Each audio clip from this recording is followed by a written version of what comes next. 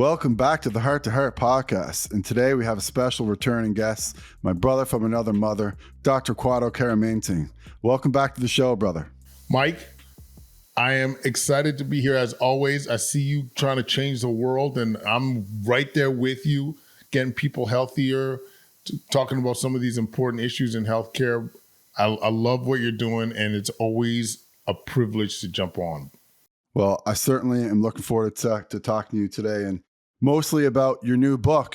Here it is right here, Prevention Over Prescription, guys. This is a really, really good book. It's on Amazon. It's probably a bunch on other places too. You can tell us a little bit more about that, and we'll certainly get into that. But I got to say too, just before we get started, just like I said before the show, you're a true fan for wearing that Oilers hat today, brother. You're a true fan, So yeah, we all know what happened last night. If you don't know, the Florida Panthers won the Stanley Cup again. And I know it's, breaking a lot of people's hearts here today, but if you're wearing that hat, you are a true fan, brother. Yeah, I got to. My people, I'm in Ottawa now, but I know the sentiment and the feeling. I'm born and bred in Edmonton. People live and die by the Oilers, and I know the town will be in mourning. So we're just trying to get some solidarity happening and try and look at things on the bright side. I think you and I were talking about what moves we need to make. I think we need a goalie, and otherwise we got two of the best players in the world. We got to figure this out. Yeah, I think you got a backup goaltender in Skinner and a AHL goaltender in Pickard. So you need to make some moves there. But anyways, we'll move on from that. Just because I know that, we don't want to be talking about that all day. But Maine, for people who are just listening, Kwadwo's looking jacked there today. So you've been packing on some muscle or what?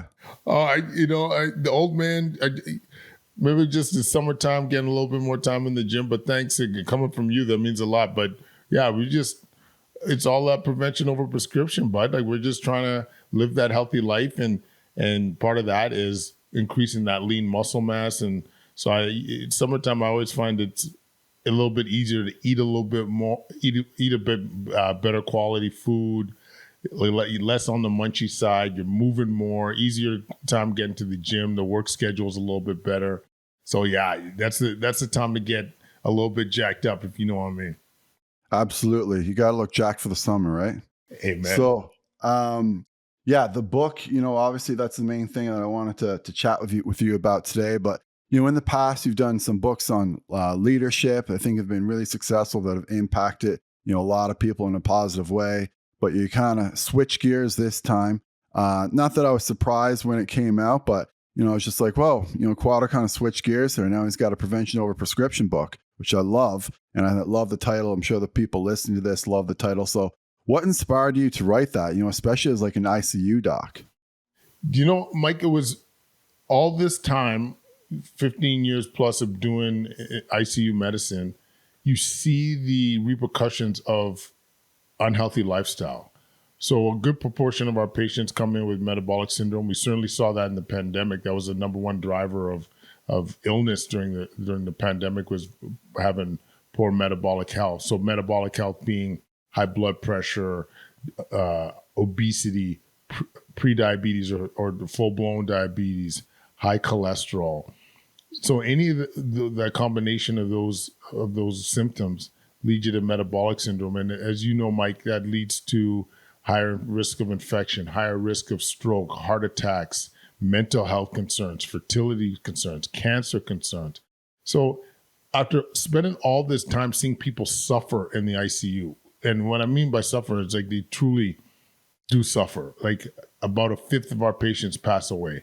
Those that survive are significantly, a lot of them are significantly almost like a shell of what they once were. They're not as functional as they were.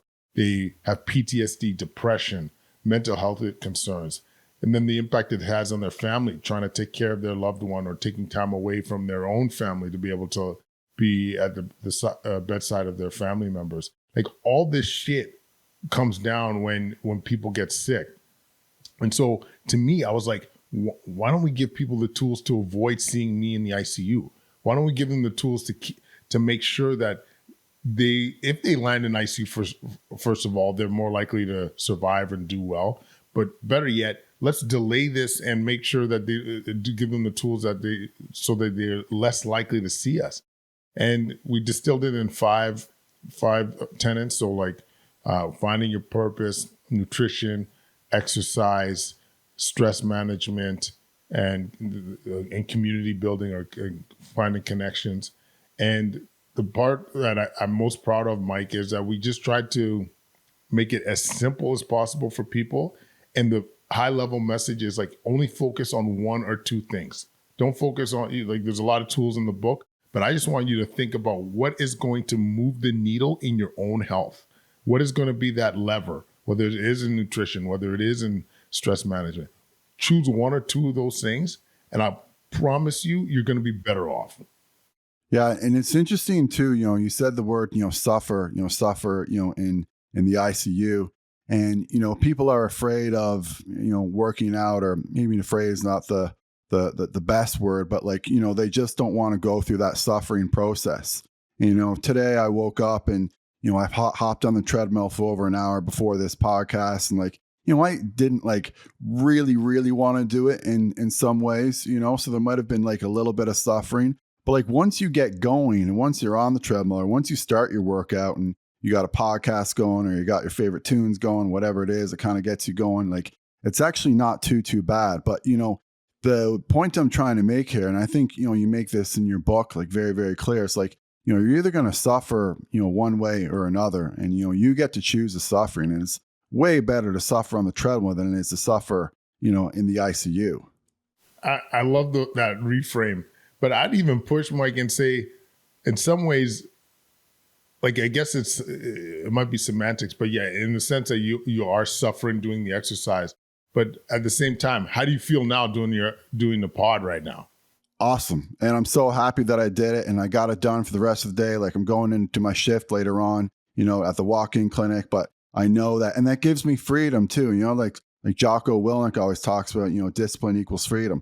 So I got up, I got it done. Now I have time to do the podcast. Now, after, when I go to work, I don't have to think about, oh shit, when I come home from work, I gotta, get down there in the basement and, grind it out. Like, that's already done. So, I think that, you do get to choose it. And then, like you said, like, it's just really the initiation part that is like a little bit of like the suffering. It's just like, oh fuck, like I really don't want to do this right now. But then once you get going, it's awesome. And so, I think that's, a message that a lot of people, need to hear, is that, yeah. And the other thing too, is like, everyone goes through that. Like, even if you're, super into working out and that kind of thing, like, everyone does still have that little bit of like mountain to climb, and like initially when they're, going into that workout. So like, you just gotta like get over it. And, I know that that's, sometimes like hard to hear in certain ways, but like, there's really no like magic wand or magic fix or even supplement. Like, maybe, some caffeine will get you going or something like that. But like,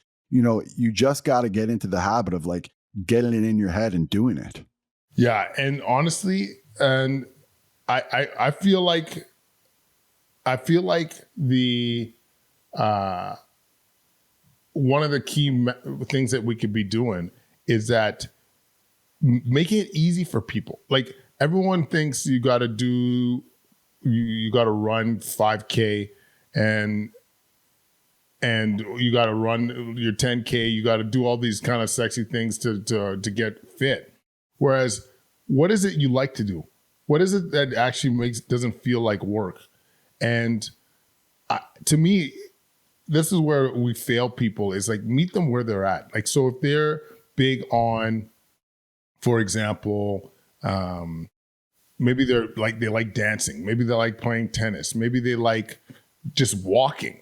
Like, so how can we adjust their exercise or their activity so that they thrive? So if you are somebody that loves walking, but you want a little bit more juice in it, let's get you a weighted vest.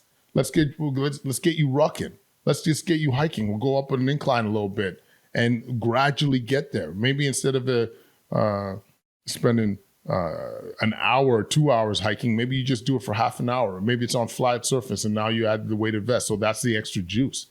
Yeah, so I think really trying to take away barriers and think about ways that people can create wins for them. That to me is one of the most important things that we could do as quote unquote healthcare providers, influencers, the people that are listening to us.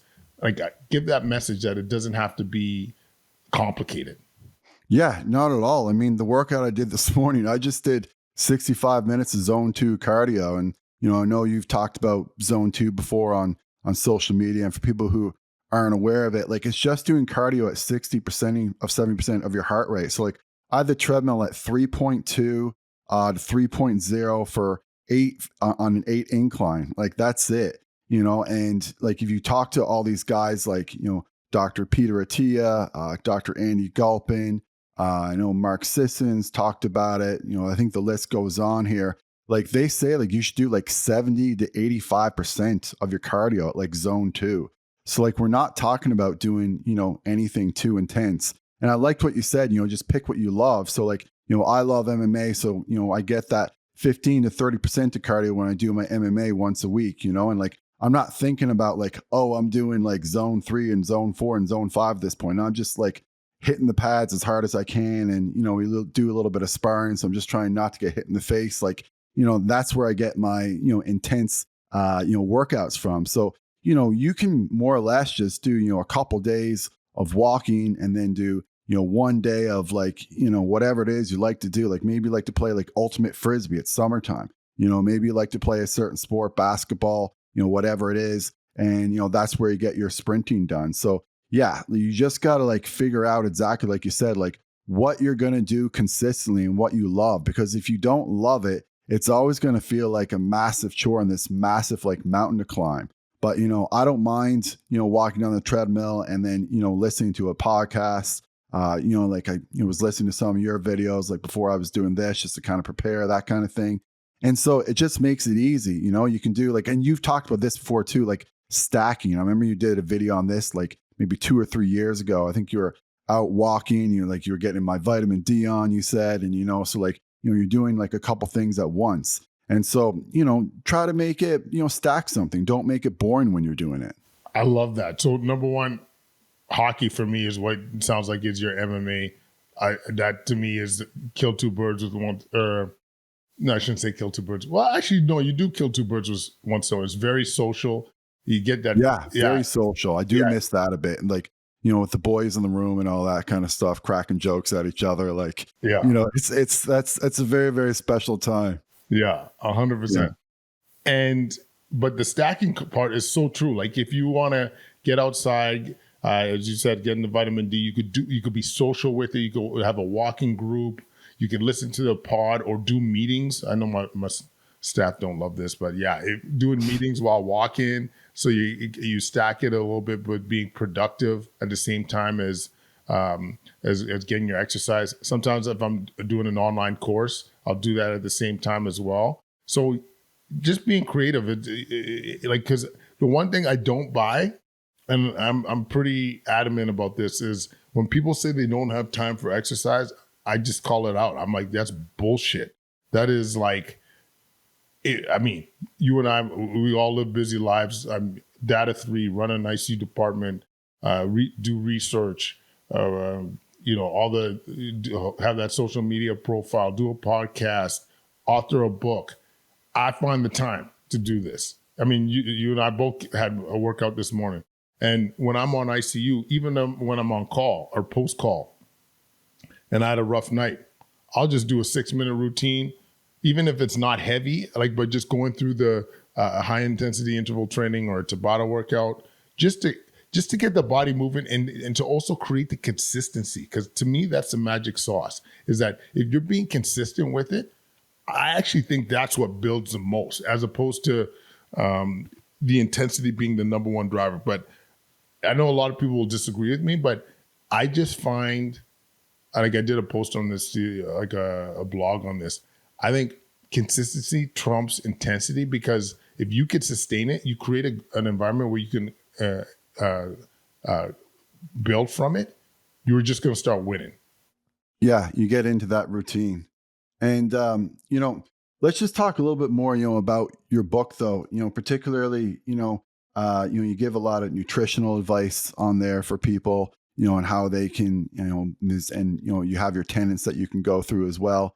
But in terms of like the nutritional advice, like what do you think is the thing that people should really focus on if they're struggling with nutrition right now? Like, how do you guide people, and what's your sort of overall approach if someone is, just struggling with nutrition and basically just wants to like get started? Like they're not looking to, become a bodybuilder, but they just want to get started and they want to lose weight and look better.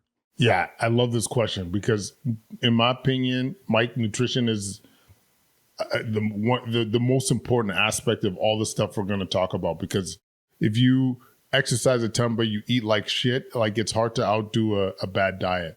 And so there's you can't out-train a bad diet, right? Yeah, exactly. So there's a couple levers that I like to tweak, but I think the number one thing people can do if they're wanting to improve their health, and I think it's the easiest one when it comes to nutrition, is to up your protein intake. Like really focus on that. If you go to 0.7 to 1 gram per ideal body weight, you are going to be fuller. You are going to increase your lean muscle mass. You're going to burn more calories as a result of having more lean muscle mass. You are going to have better blood sugar regulation. You are going to essentially burn more calories by eating, the thermal effects of protein. So what that means is when you ingest protein compared to carbohydrates or fats, about 15% of the calories are burned just by digestion. So any of you that experience meat sweats, that's exactly what's happening. Your body's just working to digest that steak or ribeye or whatever you're ingesting. So a lot of benefits from protein intake. You're gonna have better energy. You're gonna make better food decisions because you're not gonna be having as much cravings. Because getting to that goal when it comes to protein is challenging. And so I think that the main thing for me is focusing on that.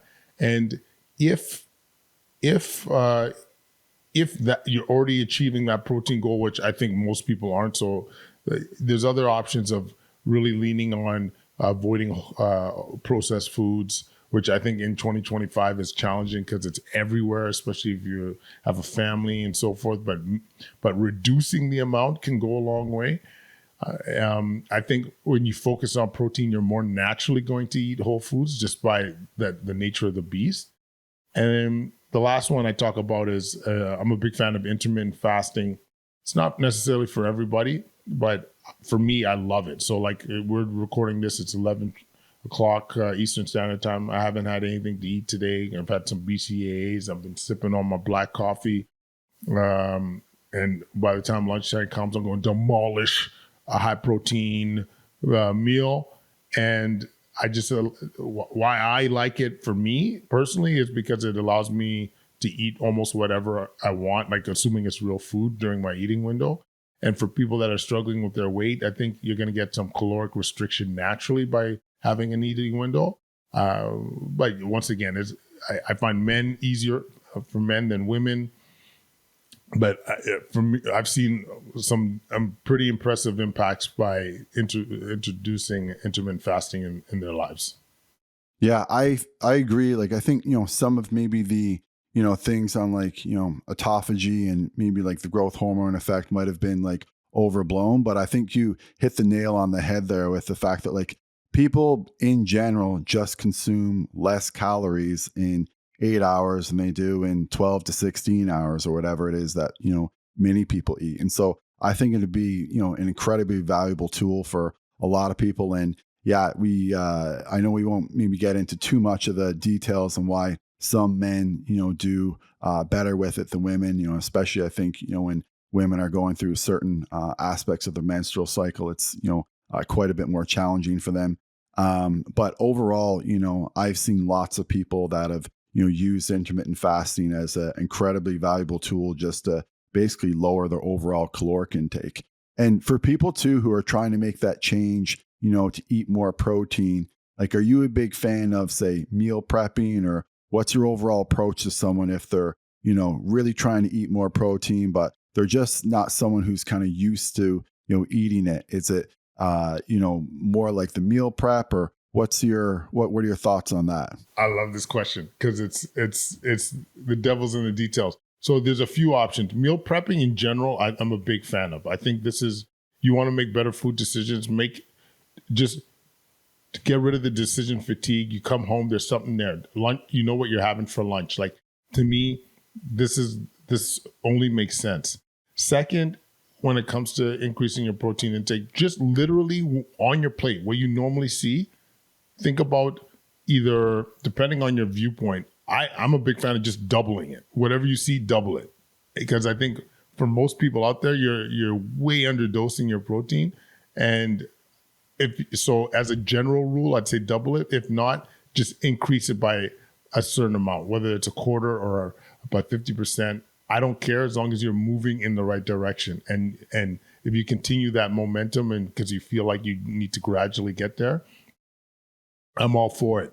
And then third, I'm thinking about like supplementation. Like we started a supplement company called Nutrition with the focus of high quality protein.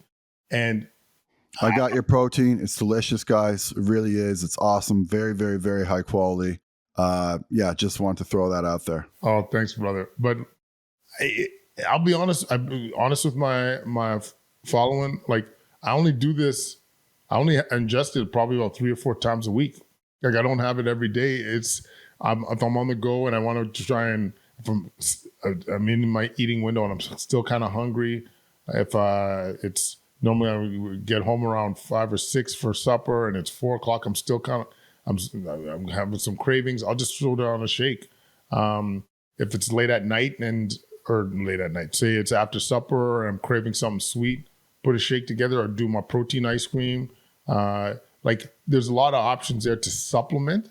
And I think if people are struggling with it, the supplementation's nice because it's just, shake it over almond milk, or some people like it over water. I don't like it with water, but just keep it simple. And all of a sudden now you got 30 grams of protein, bam, and you're ready to go. So, I mean, for a lot of people, that's moving in the right direction, but I'm a big fan of meal prep.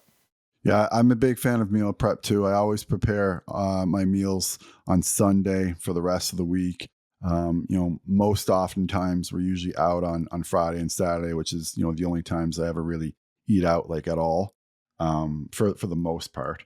And so, that really helps me out during the week when I come home after a long shift, don't have to think about it. It's a beautiful way to just kind of, get that protein in you, get the high quality food in you, without having to think and having to make decisions, like decision fatigue, like you said.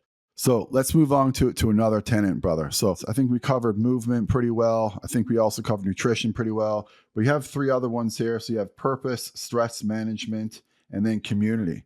So maybe talk just a little bit about each one of those 3. And then I got a few more specific questions in the book as well. Okay. I mean, at a high level, I think stress management, we know, both of you and I as clinicians know that stress is a killer.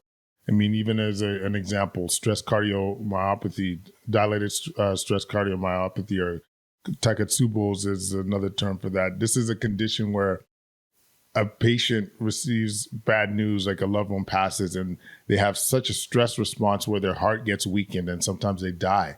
And so that's a concrete example of how stress can impact the body. And in my opinion, the most impactful way of managing your stress is certainly sleep, improving your sleep. And there's multiple ways that we could improve our sleep quality. And for me, it's about quality, not duration as much as an ICU doc, but being off screens early, getting that early sunlight, using blue blocking glasses, magnesium I like at night to help relax. So these little things that I think can improve sleep quality. In terms of other stress reducers, certainly exercise. I know you and I could both appreciate that, how that's allowed us to be our best forms of ourselves for our jobs. But I'm a big fan of the physiologic sigh in a moment to try and get a little bit less stress. So like deep breath in, top of the breath, sniff, and then a slow exhalation. And the Huberman crew studied that and says it's just as effective as mindful meditation. And then, and so that's the stress management. The community piece, to me, we saw during the pandemic, our old folk homes, people were dying of loneliness. That really shows you the impact of the importance of community. So to me, a big lesson there is let's stay connected. And as we talked about, it's one that's you could easily stack with exercise, with hobbies, for example, dance or sport or cooking class. Like there's a lot of ways that we can be creative from that perspective. And then the last one, purpose. This was a late addition to it. And the reason I got to this piece was I was doing an interview with Ben Azadi, and I was reflecting on this time where it was mid-pandemic and I just took over department head. I was getting annihilated online for advocating for schools to be open, tax on our family. And I was so stressed, and I was so, I wasn't eating well. My mood was shit. I was not sleeping, gained a couple pounds. I wasn't doing the stuff that I love. And then I did an episode with Jody Wilding, who was a executive coach, and she talked about finding your purpose, or that self-leadership, really thinking about what is your why. And at the time I was take away suffering, advocating for our kids to for their overall well-being. It was also, what part of my job do I enjoy the most? And that was really connecting with patients and their families. So taking the time during the day to sit down and hear their worries and hear their concerns and do my best to address them. And when I started doing that, everything started to fall into place. I started to feel more energetic. I started to want to get to the gym again. I felt like I could sleep better. And to me, it was like a big aha moment. If you don't have that that why, that purpose, you could be lost. You're going to be way less likely to make better food choices, way less likely to hit the gym. And so I put it in, it was a late chapter, but it was an addition at the 23rd hour there, because I think it could be a significant impact for people in their wellness. Yeah, I think, purpose is incredibly, important, and it almost drives the others. Like, even like you talk about like exercise, like people like getting in shape for their kids, like to be, a good role model, like for their kids.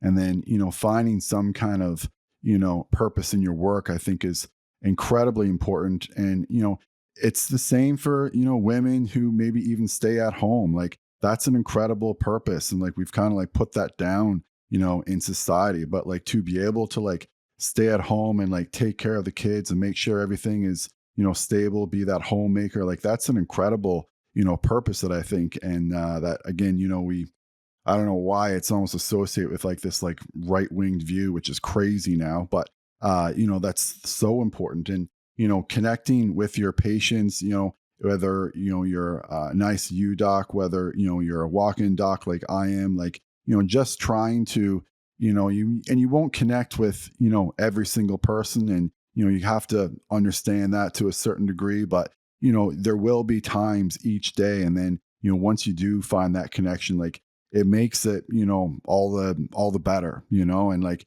just, I think it was 2 days ago, I haven't seen this in like years, but a guy came in, he had a headache, and like, I'm not like tooting my own horn or anything, but like right away, I was like, this guy has temporal arteritis. Like, if I don't get this guy on steroids, like he's going to go blind, and he was just so like appreciative of it, because he was like, I was just going to take a couple, Tylenol, and, that was going to be it. And, just being able to like just connect with that one person and make a difference, just gives you like energy. Like it really does like give you energy, like to just like keep going and to keep doing what you're doing. Cause sometimes obviously, it is a grind in there, but if you can find these moments, just like, it doesn't, like, it's not going to be the whole day. Like we got to be realistic, but like, just find these moments, and it can make just like, the world of difference. It's like, it's almost, I know like it sounds, a bit like, woo woo, but like it is like, magical for what it can do for your energy and your sense of well-being. And,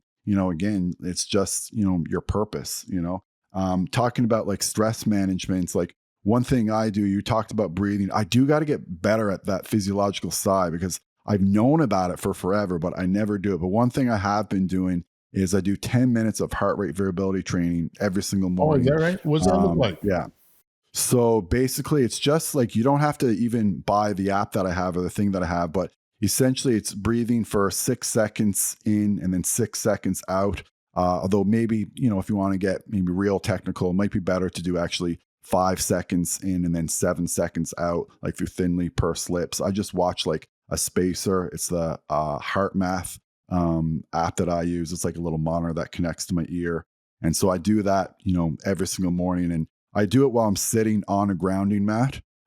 So, again, like, doing a little bit of stacking there. So that's one thing, I do for, stress management outside of, exercise.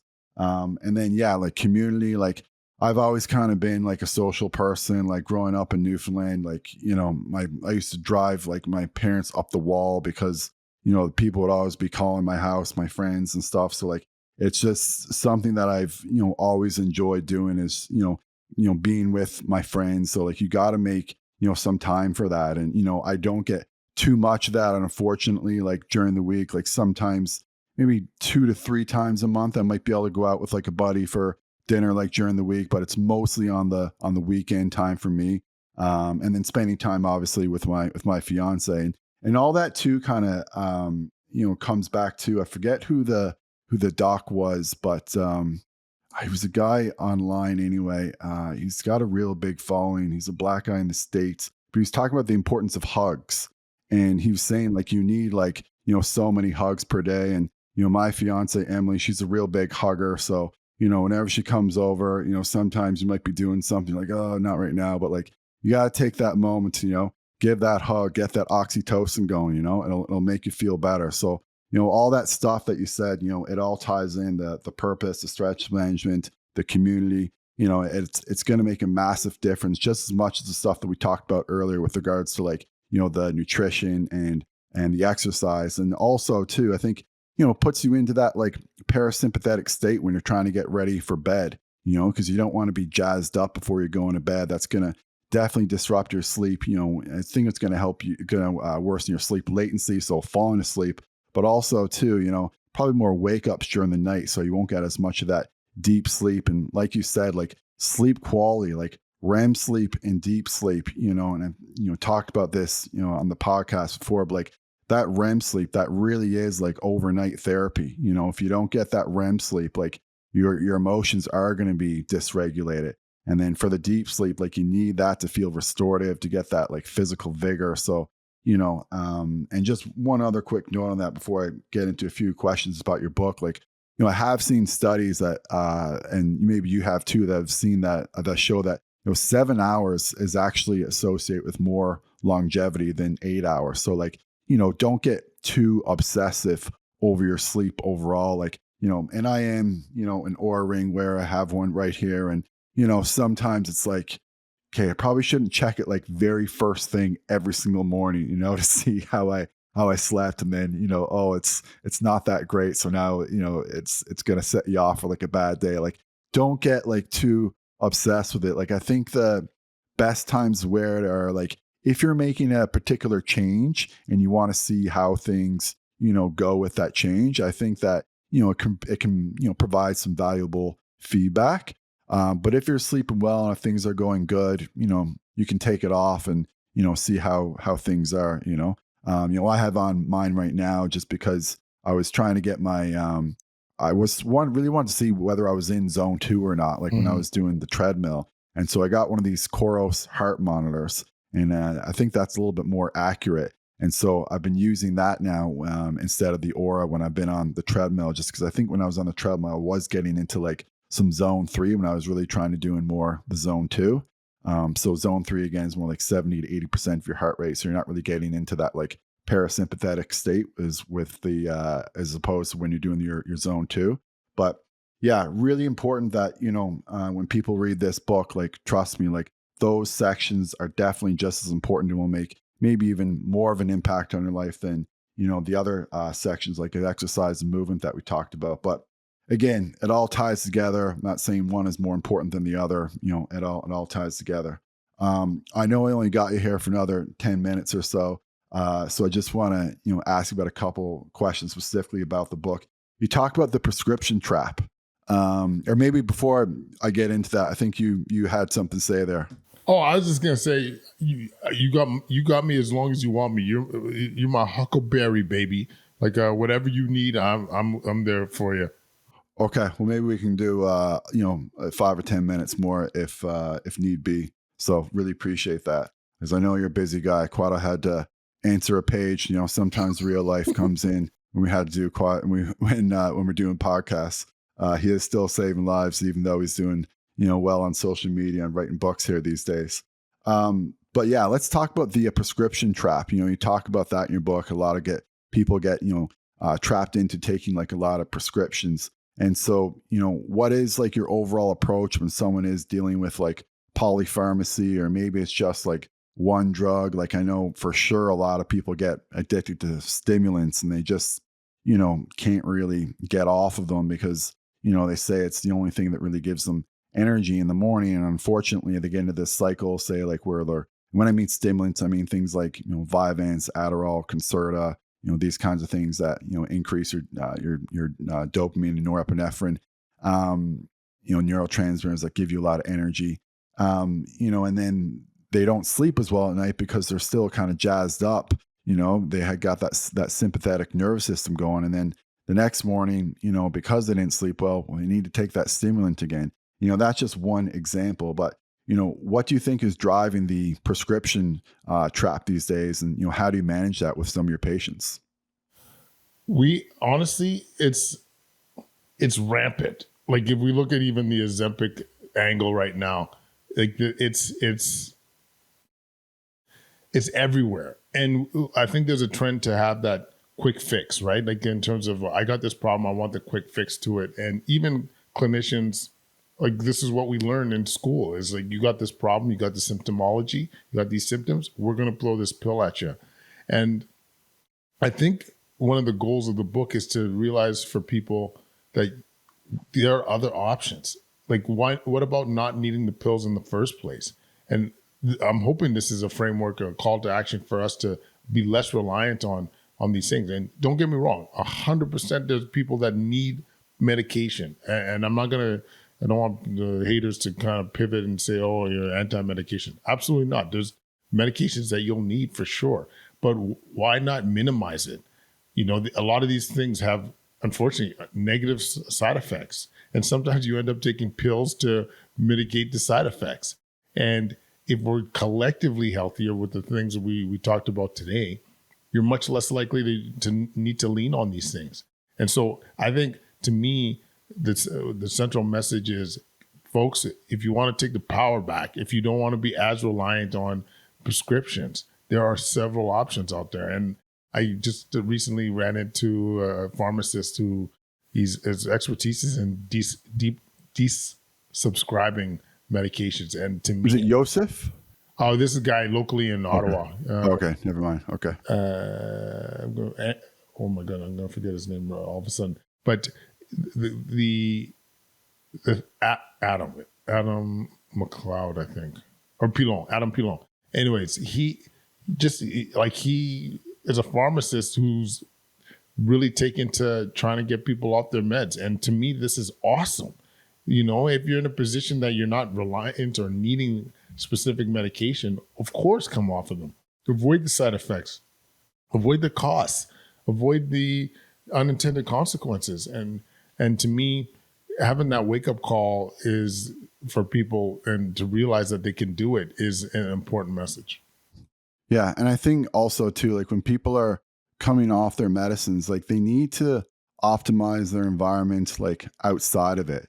And, say just like to take like a fairly, I guess, extreme example, like something like methadone, which people use to come off of opioids. Like, if you are in the same relationships, if you're living in the same house, if you're, if you're struggling like with really low income, or if there's, all these other things going on in your life, you still have all of these like outside problems that are the exact same, then, it's going to be pretty difficult to, titrate down on that medicine. And so you need to make sure that you optimize, your outside environment in order when you're coming off these medicines, like particularly for, mental health medicines, and I use methadone as, a bit of an extreme example, but like SRIs, or selective serotonin reuptake inhibitors, or any really antidepressant, if you're still doing the exact same things, like you're, not exercising, you're not prioritizing your sleep hygiene,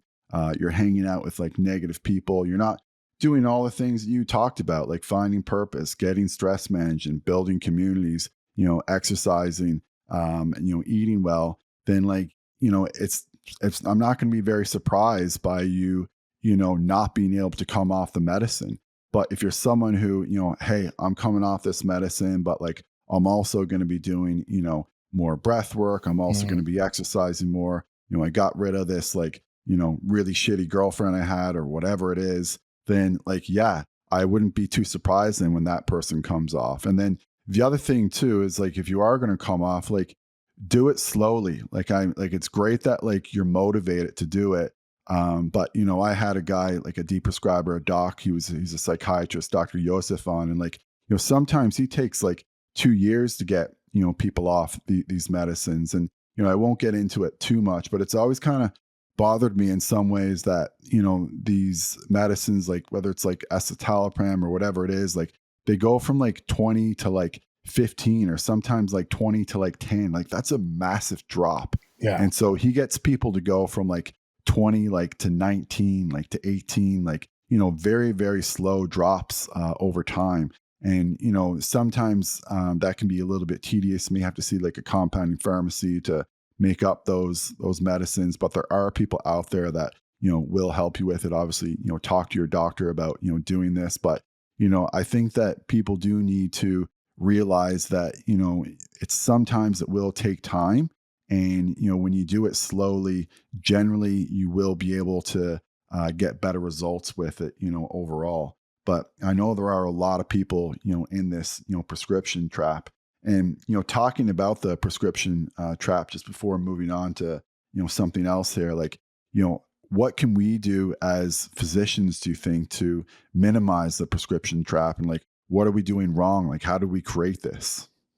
I think it's a bit of a mix. Like, I think some patients really want that quick fix, and it's easier to just like oblige, right? Like, a lot of clinicians, like I think of someone like yourself that is seeing patients and walking, you don't have that much time. And so I think part of it is a global education like we're doing right now. And then from the clinician side, I think it's empowering them with these lifestyle tools that people could utilize, resources. Like, one of my goals, Mike, is that the book is in a bunch of doctors' office. You just open that up and be like, huh, this is interesting. There's a protein intake. I never really thought about that. Oh man, maybe I could give this for my mom or my aunt who's been struggling with their weight. I would love that. I would love to have it in the hands of clinicians, so they're like, oh, this isn't as complicated as we thought. Really, just, if we want to improve somebody's sleep, just get them to throw on some blue blocking glasses and get them to turn off their screens an hour before bed, or leave the screens outside the room. See what happens. Like, little things like this that could move the needle for folks. Like, I don't know about you, but even like the blue blocking glasses for me for sleep quality has been paramount. Reducing that blue light, like, or just, I shouldn't say that because I've stacked it with things like, but thinking about the blue light at night in general has improved my sleep quality significantly. And so I think just arming clinicians, empowering them, empowering the public, saying, hey, you could do this, and it's not as complicated as it need to be. And your point, Mike, too, is an important one that you said with, I think, Dr. Yusuf. It's like that patience too, like to have like this idea that anything we're going to approach is going to take time, but it's worth it. and be supportive and encourage that patience, because to me, this is a big step for a lot of people. Yeah. And one thing, you kind of just gave me an idea. So, because I don't have so much time with a lot of my patients, one thing I have in all my, rooms there is I just have this, template of like 10 things you can do to like improve like the foundation of your health. But I think what's going to go on there is I'm going to put your book as a recommendation there at the bottom. So I may have to reprint those. And you know what? Maybe everyone, I give it to is not going to buy it, but there's going to be some people, and I'm sure they are going to come back and say, so, it's obviously if you have more time, that would be better for people. But, sometimes when you don't have time, I think what we can be doing better maybe is like recommending, legitimate good resources for people. And, and then when they go study it on their own, that could potentially have, a wonderful outcome for them. So, yeah, I'm definitely going to be doing that. I'm gonna let the girls know today to reprint those, and we're gonna put your book on it. Oh man, guaranteed. That's very kind. Thank you. So we talked a lot. I mean, your book is about prevention over prescription, and one thing that I want to ask you about was like, what would be like your top 3 lab markers, or what would be you can pick more than 3, but what would you think are like the best lab markers that people should be getting done on their blood work to make sure that they don't end up in the ICU and that they are living a longer, healthier life? That's a very good question, and that one that I've never been asked before. I would say hemoglobin A1C, so to see your blood sugar regulation. I would say like triglycerides, or if I needed something more sophisticated, like actually I'd say triglycerides. Yeah, me too. Maybe ApoB, or I don't know enough of that's too unique or too specific, but we'll go with triglycerides, hemoglobin A1C, and then let me think of a third that I would care about. Off the top of my head, like I don't know if ESR or CRP. I think most people would have, if you took their blood work, it would be normal. If it wasn't, then it's like, okay, what's going on? But gun to my head right now, let me just go with ESR, because I can't think of a third one right now. All right. No, I like those for sure. And like, hemoglobin A1C, I really agree with. And for people who, are not familiar with that, that's basically, a measurement of your blood sugar over 3 months. It's an excellent test. And, for me, I don't get anyone to do that, oral glucose tolerance test. Like, once you're, above 6, like you have pre-diabetes. Once you're above 6.5, you have diabetes. I don't do I think that's just nonsense doing this oral glucose tolerance test and all that 100%, kind of stuff. 100%. And then, yeah, with your, triglycerides, I think we've seen more and more research showing that the triglyceride to HDL ratio is just, incredibly important. Like maybe even as important as like your LDL or your ApoB overall. And then, for me, like with regards to like the LDL, like a lot of people, kind of get fussy over this, especially in like the carnivore world and stuff like that. But, the one that really did it for me in terms of like, I do think that we should be, lowering our LDL, or, you're looking at your ApoB, which is, even more specific, and it is a better test. There was some meta-analysis on Mendelian randomization trial. So basically they had people with like 9 different alleles that had 9 different genetic predeterminants that basically had the same amount of LDL their entire life. And so what they found is that basically just like a straight line, like meaning the lower your LDL, like the lower your mortality overall. And so, I know there's studies out there that show that like, statins don't prolong life that much, and some of these other LDL medicines as well. But, just looking at that Mendelian randomization trial, I really do think that, like you were saying, LDL or ApoB is incredibly important, even though I'm not the biggest fan of statins, just because, statins have been shown to potentially increase your risk of diabetes. There's some research that says they can even, influence your cognitive decline, or, promote cognitive decline in some ways. But there are other medicines out there, Easytrol is one, the PCSK9 inhibitors, Repatha, The bempedoic acid, I don't think has really made it over into Canada, unfortunately. But that's, similar to a statin, but it only acts in the liver.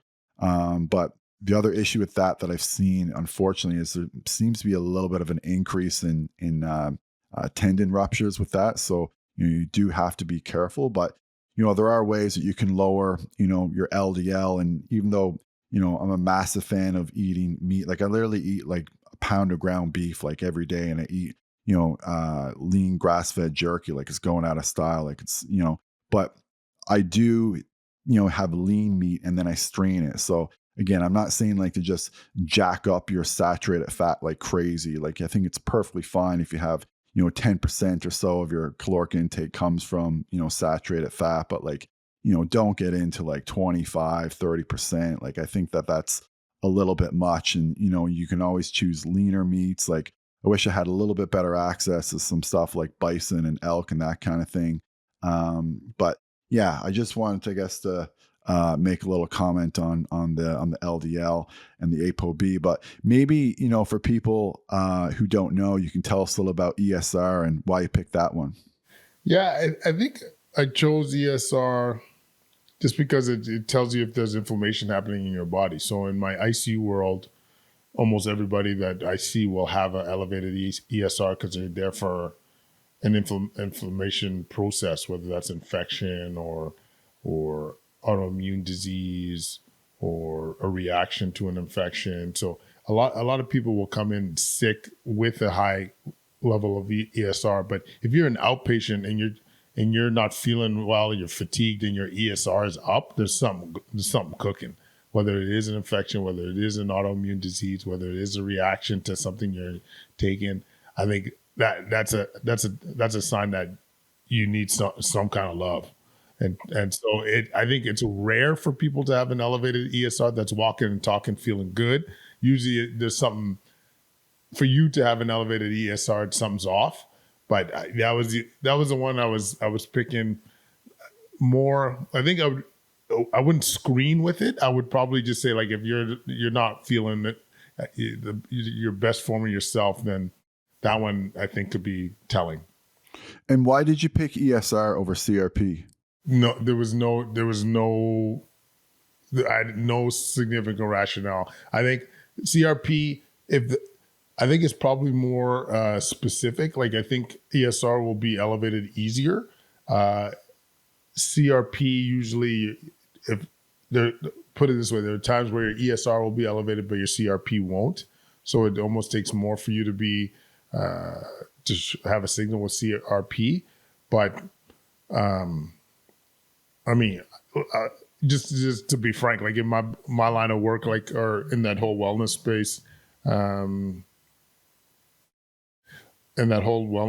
I haven't really been prescribing. Like I don't prescribe, I don't order blood work for people. I just encourage them to get healthy, right? Like it's more people as a whole, but yeah. Probably because you're an ICU doc, you picked ESR, and because I'm a family doc, I'd probably pick CRP a little bit anyways. Honestly, but when we order them in the ICU, often they're just both being done. Like, honestly, it's to me, it's half, whatever the expression, half a dozen, what's a dime a dozen? No, I don't know. I get my metaphors mixed up all the time. But either way would work. Yeah. And I'll just say one more comment on that, even though I did I did a solo pod on this recently. So for people who missed the last one, I was really surprised. I did a fatty acid analysis recently. I've never, done it before. Unfortunately, it's like $120 or $30 test or something like that. And it came back in like 3 or 4 weeks. And so I'm someone like, I don't eat any seed oils at all.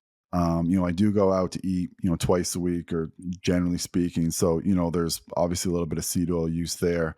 And I supplement with, 5 grams of fish oil a day, with 1 gram being DHEA and 2 grams being EPA. So, I was kind of doing this test just as like a reassurance, more or less, in some ways. And then, when it came back, it showed that my omega-6 to omega-3 ratio was just like okay. Like it was about 6 to 1. And so, I went through my diet, and again, I'm talking about this because this all relates to inflammation. So if people who maybe we should have said that at the beginning, ESR, CRP, and then what I'm talking about now, your omega-6 to omega-3 fatty acid ratio, this all relates to inflammation. We do want to, lower inflammation in the body.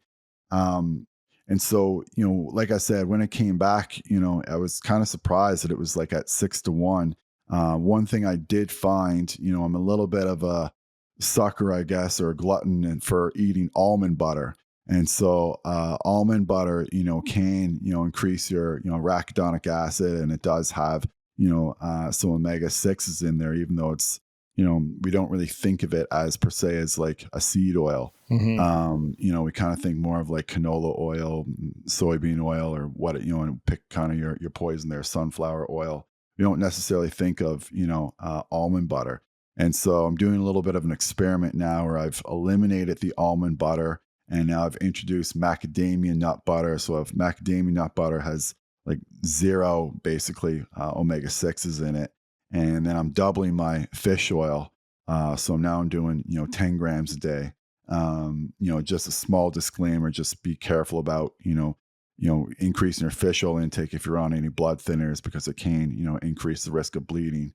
But even for someone like myself who, lives an incredibly healthy lifestyle, like I said, no seed oils, taking omega-3s, I still had a little bit of, more inflammation in my body that I want it.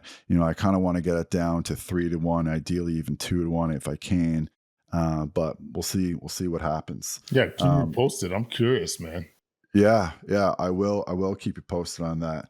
I know you said that, you had a few more minutes. Unfortunately, I'm the one who's kind of got to go now, but just tell people, a little bit more about where they can find your book, where they can buy it, where they can support you, and your social media, and anything else that you want to mention. Once again, Mike, thank you so much for the opportunity. So the book Prevention Over Prescription, you can find on Amazon. Everything that we're doing, you could find on drkwadwo.ca. So that's drkwadwo.ca. That you'll find our new book, our old book on apologetic leadership.